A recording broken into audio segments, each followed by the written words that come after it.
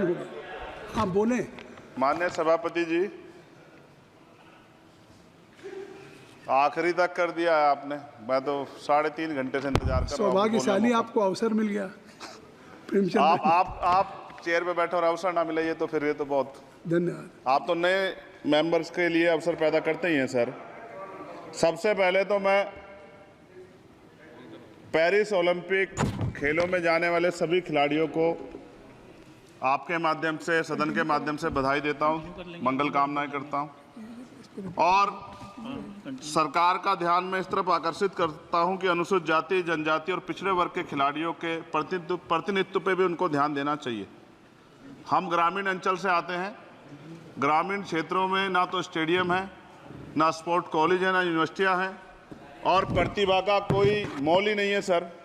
हम खुद अच्छे खिलाड़ी थे मगर अवसर ही नहीं मिला। अब यहाँ आने में भी बहुत समय लगा, सड़कों पे संघर्ष करना पड़ा। इसलिए मेरा आपसे आग्रह है कि इन वर्गों का प्रतिनिधित्व बढ़े, इसके लिए सरकार को योजना चलानी चाहिए। अभी क्या योजना है उसमें? आपकी स्पीच तक सदन की कार्रवाई बढ़ाई जाती है। आपकी स्पीच तक सदन की कार्रवाई चलेगी। 6 बज रहा है। अच्छा ठीक, सदन समाप्त हो जाता है, लेकिन आपकी स्पीच शुरू हो गई तो आपकी स्पीच तक सदन की कार्रवाई। धन्यवाद, बहुत बहुत धन्यवाद। लेकिन कृपया तो सभापति जी 5 मिनट में कंक्लूड। मैं आपके माध्यम से सरकार से जानना भी चाहता हूं कि ग्रामीण अंचल और SC, ST, OBC के प्रतिनिधित्व बढ़ाने के लिए क्या कदम उठाए गए हैं तथा इस संबंध में कुल कितनी धनराशि आवंटित की गई है और कितनी धनराशि आवंटित करने का प्रस्ताव। क्या उक्त श्रेणी खिलाड़ियों को पर्याप्त प्रशिक्षण के लिए सरकार द्वारा अलग से कोई प्रशिक्षण केंद्र स्थापित किया गया है या किए जाने का प्रस्ताव। उक्त खेलों में अलग अलग स्पर्धाओं में उक्त श्रेणी के कुल कितने खिलाड़ियों को भेजे जाने का प्रस्ताव है तथा इन सब खिलाड़ियों का श्रेणीवार कुल कितना प्रतिनिधित्व रहेगा।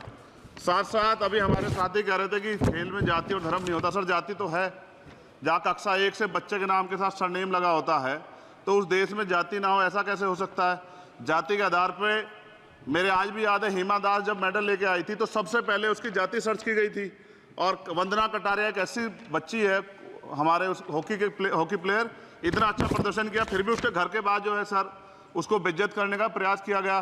साथ साथ सर साक्षी और विनेश के साथ क्या हुआ ये भी हम लोग नहीं भूलें सर। मेरा मानना ये है, आप दादा आप बीच में nothing will go on record. माने और छोड़िए, आप मेरी तरफ देखिए। मैं जिस क्षेत्र से आता हूं, nothing will go on record. मैं नगीना सहारनपुर सर, मैं उधर जहाँ से मैं आता हूँ सर उस क्षेत्र में मैं गांव में जाता हूँ। बहुत प्रतिभाएं सर, लेकिन अवसर नहीं है। मेरा आपसे आग्रह है, आपके माध्यम सरकार से आग्रह है कि वो देखे गांव में प्रतिभा कमी नहीं है, इनको कुचला ना जाए क्योंकि पक्षपात होता है सर।